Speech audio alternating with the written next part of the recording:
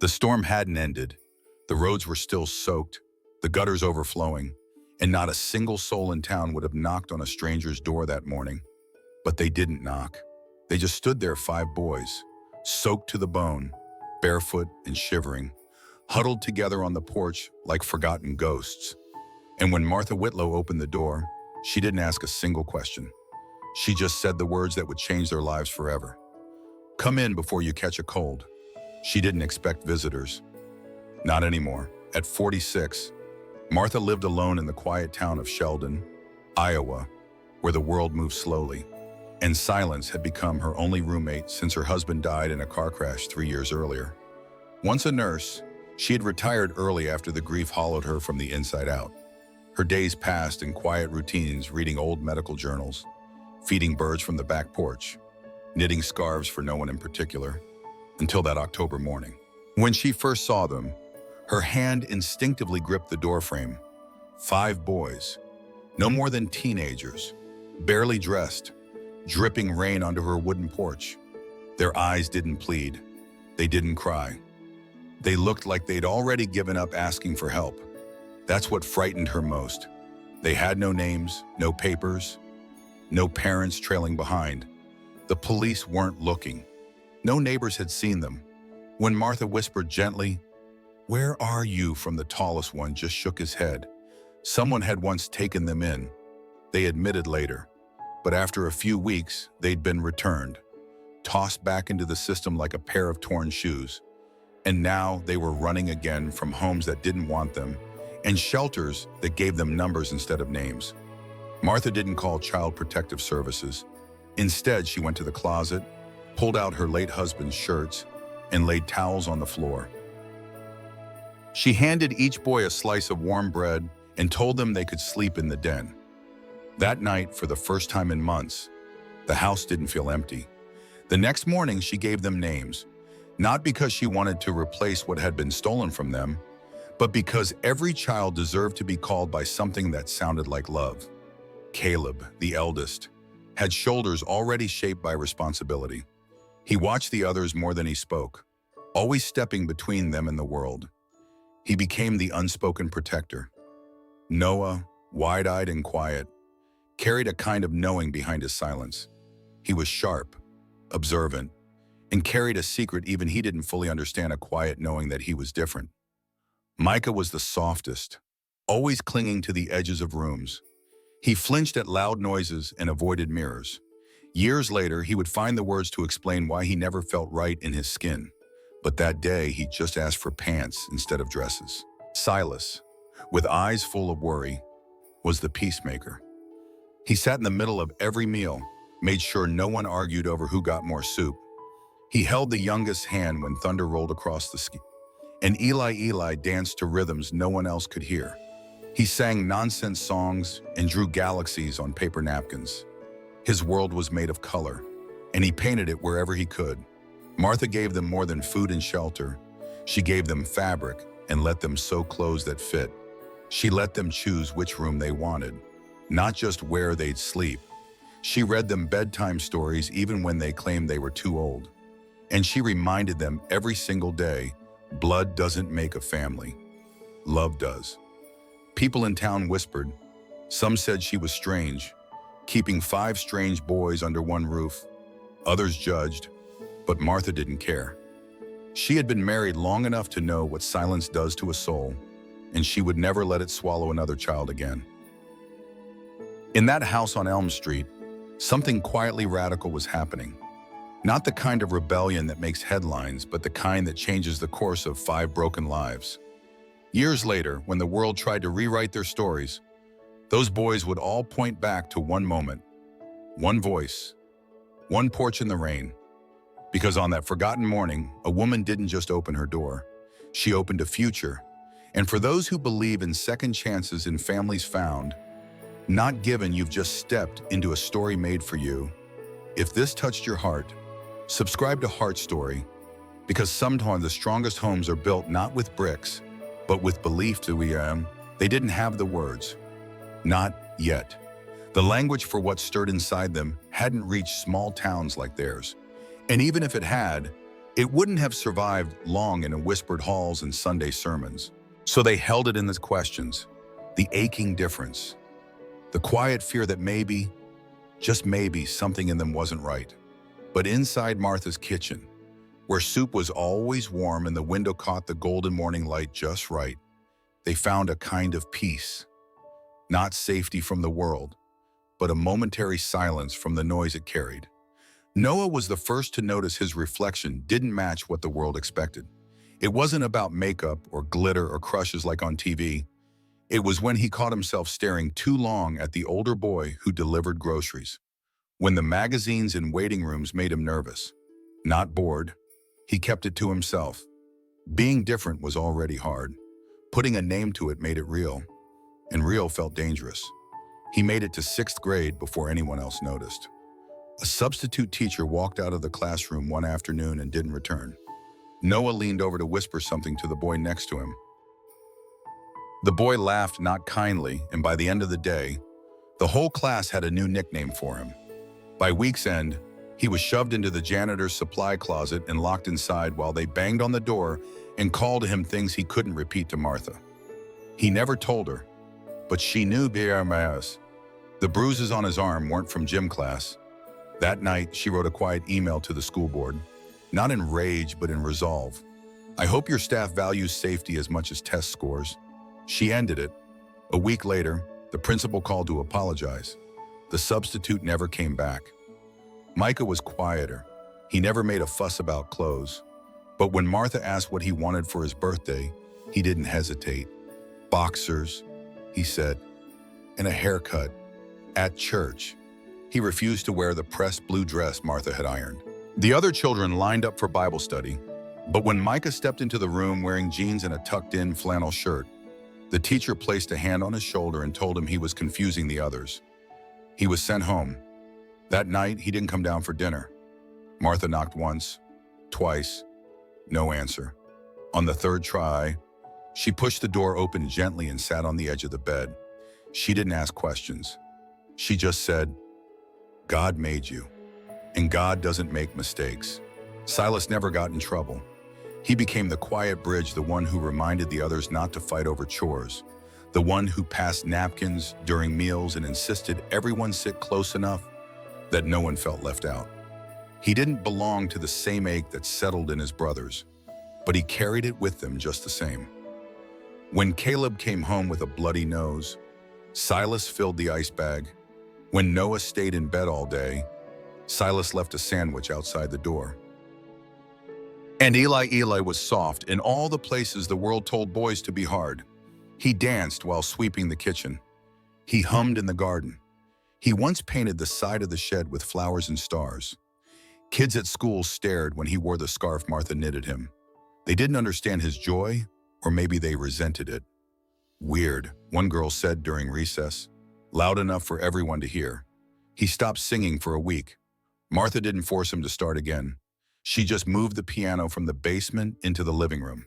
She cleaned the keys and left the bench pulled out. The next morning, Eli played one note, then two, and eventually the whole room was full of sound again. Caleb was the shield. He knew his fists better than his words. He wasn't reckless, just ready. When someone threatened his brothers, he stepped forward. When the neighbor muttered something about what kind of woman takes in 5 lost boys, Caleb didn't yell. He just stood a little straighter and looked the man in the eye until he looked away first. Martha never asked Caleb to be gentle. She just reminded him to be just. If you must be loud, she'd say, make sure it's not out of anger. Make it out of truth. The world outside hadn't changed. The schools still whispered. The church still frowned. The town still glanced and then looked away. But inside that little house, they learned something no textbook could teach, that love could be loud in a quiet way, in a dish left at a bedroom door. A piano moved upstairs, a seat saved at the dinner table. The boys still didn't have all the words, but they had each other. And in Martha's home, that was enough to start building a vocabulary not of survival, but of worth. The house grew quieter over time.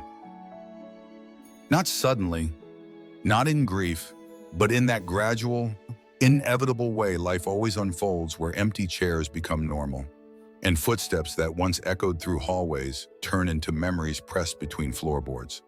They didn't leave because they wanted to. They left because Martha had taught them to stand on their own, to be brave, even when the world didn't want them to be. Each of them carried a part of that small house into futures none of them had imagined. Caleb left first. The morning he shipped out, he didn't say much. His duffel bag sat by the door, heavier than it looked. He hugged Martha once. Not too tight, he had learned to hold his strength carefully. The military didn't ask questions when he signed up, and Caleb didn't offer any. Being gay wasn't something you said out loud in that space. Not if you wanted to make it past boot camp.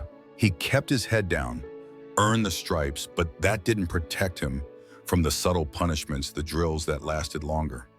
The private remarks from his commanding officer, who once muttered, "Whatever you are, keep it buried." Caleb buried it. For a while, but he never forgot who he was protecting, not just his country, but the brothers who watched him walk away that day. Noah followed a different path.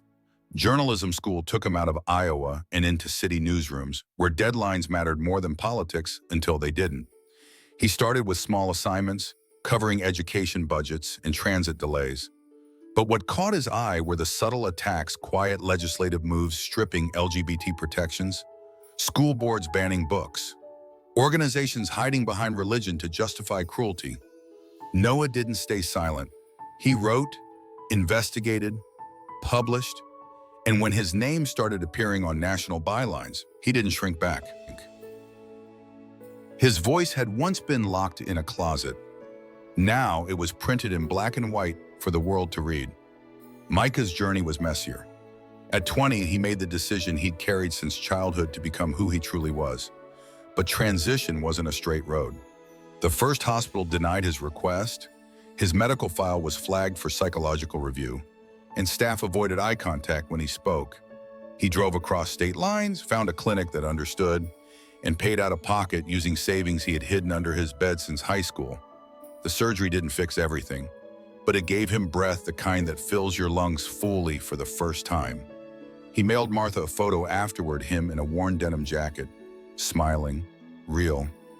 Her reply came in a letter with no punctuation, just handwriting, shaky with pride. "My son, always my son, love you, always love you, love you." Silas stayed closer. He became a teacher in a public school just a few towns over. Not the loud one in staff meetings, but the quiet observer who noticed when a child avoided gym class or flinched at locker room jokes. He taught math but left space on the whiteboard for kids to write whatever they wanted: drawings, dreams, sometimes confessions in crooked handwriting. When asked why he chose teaching, Silas would shrug. Someone has to remind them they matter. Eli, as always, moved to his own rhythm. Music school welcomed his glitter, his fluidity, his joy, but not everyone did. After one performance, where he wore a jacket with a hand-stitched pride patch on the sleeve, 2 men followed him to his car. They didn't say much. They didn't have to. Eli spent a night in the hospital with a fractured wrist and a bruised lung. The music program offered to postpone his finals. He declined. The next week, he performed again with the same jacket, same patch, same voice that refused to lower itself. Back in Iowa, Martha H., the house didn't change much, but she did. Her hands grew slower in the kitchen. The stairs creaked more under her weight. She stopped knitting because her fingers ached too often. But the mail still came: postcards, letters, money orders she never cashed, each one signed with love and some variation of "your son." She never told them about the chest pain or the dizzy spells or the way her breath caught in the cold mornings. She didn't want to worry them. She had taught them to soar, and she didn't want to clip their wings with her fading strength. The silence in the house wasn't empty anymore. It was full of everything they'd left behind: laughter, arguments, piano notes, muddy footprints, and that unmistakable feeling of being deeply, quietly loved. Sometimes, people assume that letting go is the end of love. But the truth Martha had always known, the one she passed to her boys without lectures or lessons, is that real love doesn't tether. It prepares, it builds, it believes. And when the time comes, it lets go not to lose, but to trust that what you've planted will grow, even far from home. The courthouse sat heavy beneath a pale sky, its stone facade weathered by decades of judgment. Inside, the air was still, cold not from temperature, but from something older suspicion, the kind that settled into corners, clung to ceilings, and stared through narrowed eyes. And at the center of it all sat Martha Whitlow, hands folded in her lap, breath shallow beneath the collar of her faded blouse. It had happened fast. One morning she was tending to her rose bushes. By nightfall, her name was on the evening news. A local councilman, known for his crusades against drug abuse, was found dead outside the town pharmacy, collapsed on the sidewalk with a vial of fentanyl clutched in his hand. The cameras rolled before the sirens did. Speculation bloomed faster than evidence. And soon someone whispered the name Martha Whitlow, just loud enough for the wrong people to hear. She had once worked at that pharmacy, part-time, after retirement, restocking shelves, offering comfort to the elderly who couldn't remember their prescriptions. She hadn't touched narcotics in years, not since her nursing days. But facts didn't seem to matter. Martha was seen talking to him the day before, and now, in the eyes of a town quick to judge and quicker to forget compassion, that was enough. There were no fingerprints on the vial, no surveillance footage, no trace of her DNA. Still, the district attorney, hungry for a clean win before re-election, spun a story loud enough to echo through headlines. She was alone, broke, bitter. He told the jury she saw a chance to get revenge on a man who cut funding to her programs. So she used what she knew and made it look like an accident. They showed a photo of Martha from 10 years ago, stern-faced, tired, taken after a sleepless night at the hospital. They called it proof of resentment. No one came the first day. The benches behind her remained empty, as if all her years of quiet service could be erased with a single accusation. Reporters muttered words like motive and mercy killing. And Martha, heart-worn from both years and pills she now had to take daily, said nothing. Only once did she whisper too softly for anyone to hear, "Lord, take care of my boys. They have suffered enough." But then, they stood. It wasn't rehearsed. No lawyers called their names. No one expected them. Noah rose first. His presence alone shifted the air. He wore his press badge clipped to his coat. But this time, he wasn't here to report. He was here to fight. His hand held documents. But it was his voice that drew every eye in the room. This town forgot her story. He began, and let me remind you, he spoke of Martha's service.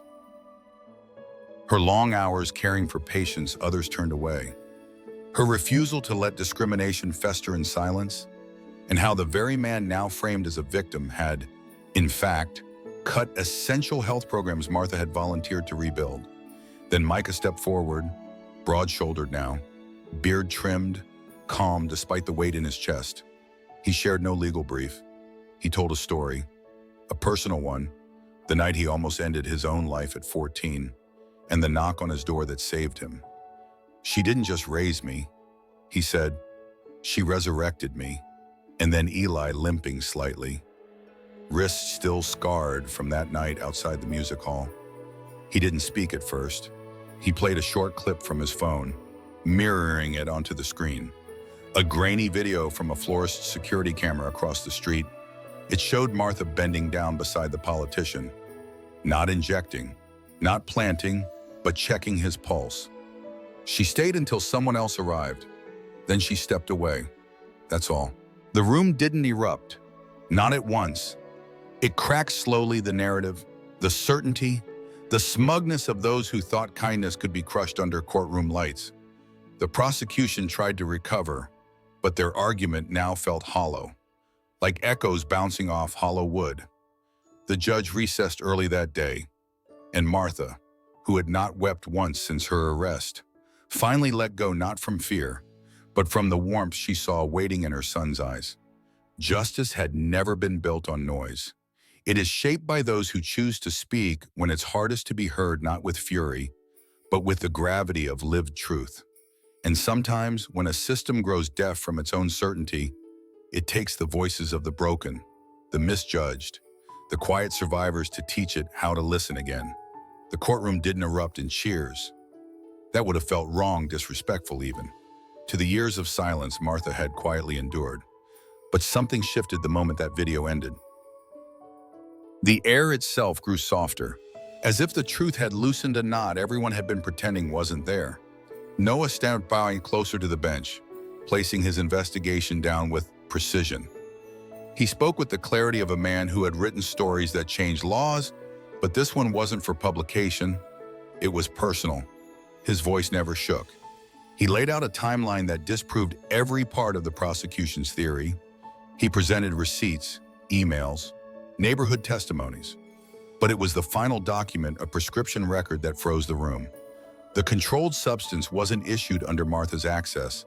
It had been signed out by the victim's son, a detail the police had ignored or chosen not to pursue.